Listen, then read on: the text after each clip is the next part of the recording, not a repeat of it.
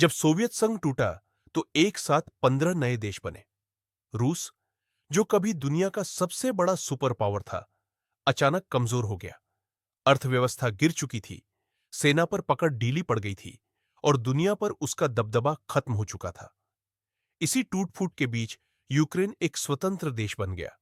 लेकिन यूक्रेन सिर्फ एक सामान्य देश नहीं था, यह सोवियत संघ का एक अहम हिस्सा रहा था। खेती में ताकतवर, इंडस्ट्री में मजबूत और सबसे जरूरी रणनीतिक रूप से बेहद अहम। रूस के लिए यूक्रेन कोई पड़ोसी देश नहीं था, यूक्रेन उसकी सुरक्षा दीवार था। यूरोप और रूस के बीच एक बफर जोन। इधर कोल्ड वॉर खत्म हो चुका था, लेकिन नाटो खत्म नहीं हुआ। नाटो, जो कभी सोवियत संघ के खिलाफ बनाया गया था, अब और ताकतवर होने लगा। एक एक करके पूर्वी यूरोप के देश नाटो में शामिल होने लगे। पोलैंड, हंगरी, रोमानिया जैसे देश।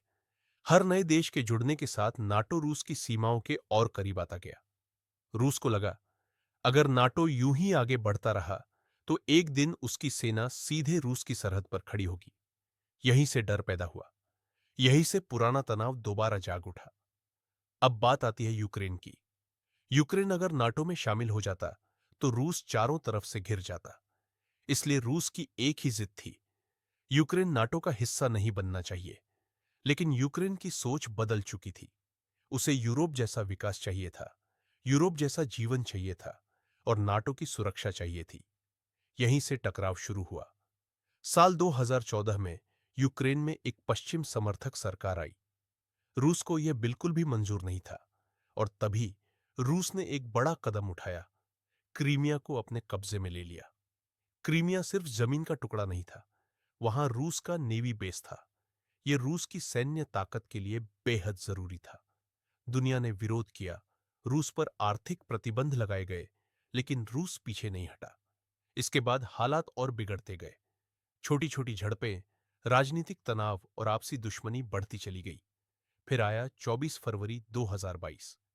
रूस ने यूक्रेन पर सीधा हमला कर दिया। रूस ने कहा, यह हमारी सुरक्षा के लिए जरूरी है, यूक्रेन से हमें खतरा है। लेकिन हकीकत यह थी कि यह लड़ाई सिर्फ सुरक्षा की नहीं थी, यह लड़ाई थी ताकत की, प्रभाव की और खोई हुई सुपर पावर पहचान को वापस पाने की। आज अमेरिका सीधे इस युद्ध में शामिल नहीं है, लेकिन वह यूक्रेन को हथियार दे रहा है, पैसा दे रहा है, इंटेलिजेंस दे रहा है। रूस अमेरिका से सीधे नहीं लड़ रहा, लेकिन नाटो को रोकने की कोशिश कर रहा है। नाम बदल गया है, तरीका बदल गया है, लेकिन खेल वही पुराना है। पहले अमेरिका बनाम सोवियत संघ था, आज अमेरिका और नाटो बनाम रूस है। इसलिए यह कहना गलत नहीं होगा कि कोल्ड वॉर कभी पूरी तरह खत्म नहीं हुई, उसने बस अपना रूप बदल लिया। यूक्रेन सिर्फ एक युद्ध क्षेत्र नहीं है, यह इस बात का सबूत है कि दुनिया में शांति से ज्यादा ताकत मायने रखती है। और जब तक ताकत की भूख रहेगी, कोल्ड वॉर इतिहास नहीं बनेगी, वह हमारी हकीकत बनी रहेगी।